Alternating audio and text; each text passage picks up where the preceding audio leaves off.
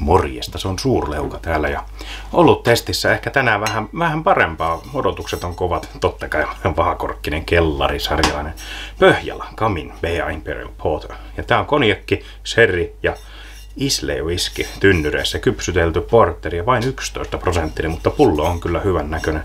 Ja mun mielestä se, että se on 11%, on ihan ok verrattuun siihen, että se olisi joku 13-14 pinnanen, joka sinänsä kyllä sekin toimisi hienosti, mutta on kiva joskus kokeilla silleen, että se ei ole mikään ihan järjettömän vahva, niin siinä on varmaan kanssa makuja ihan hyvin. Ja katsotaan, tuosta lähtee vahattu korkki auki hienosti, luikahti. On tää kyllä vahakorkkikalja. No, joku näissä viehättää.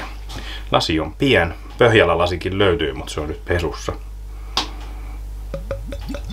Ai että.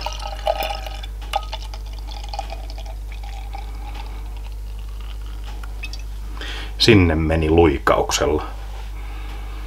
Onpa pehmeä armi. Tää on just sopivan lämmintä. Se on ollut multa huoneessa nyt parisen tuntia. Ja aika kiva. Tuoksu on, siinä on tumma kalja, mutta siinä on jotain pehmeitä, jopa hieman vaniljamaisia vivahteita. Tähän ei kuitenkaan ilmeisesti ole lisätty hirveästi mitään ylimääräistä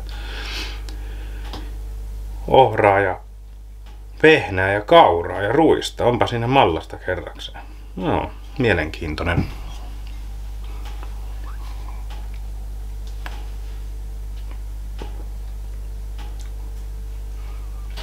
Nyt on pehmeä.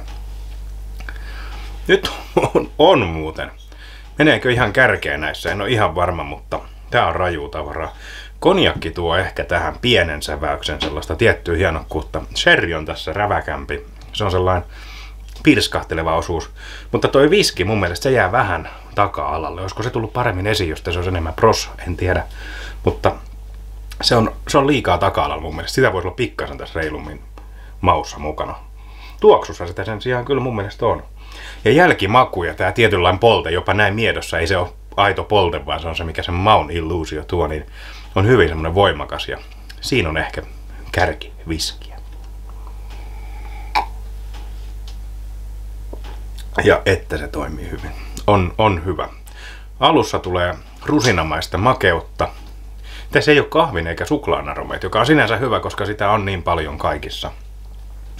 Mutta voimakas rusina heti alussa. Makeutta, pehmeyttä ja jopa portviinimäisyyttä. Ja sitä on itse asiassa aika hyvin. Jonkunlaista rypälemäisyyttä löytyy kyllä. Ja maku toimii hienosti ihan loppuun asti. Se ei missään vaiheessa käy missään tosi korkealla tasolla, vaan se on sitä tasasta hyvää settiä. Jälkimaku on pikkasen hunajainen. Maltainen, siinä korostuu ehkä vähän toi ruis myöskin, mutta se ei muuten tässä tunnu kovin voimakkaasti.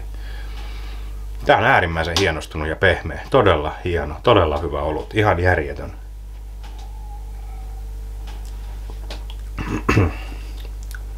Jännä tuo rusina, miten vahvasti se tulee. On kyllä uskomaton tuote. Hyvän makuinen. Siis tää on ihan parhaimmistoa näistä ja vaatimattomat pisteet tulee 9,40. Ihan tajuton kalja.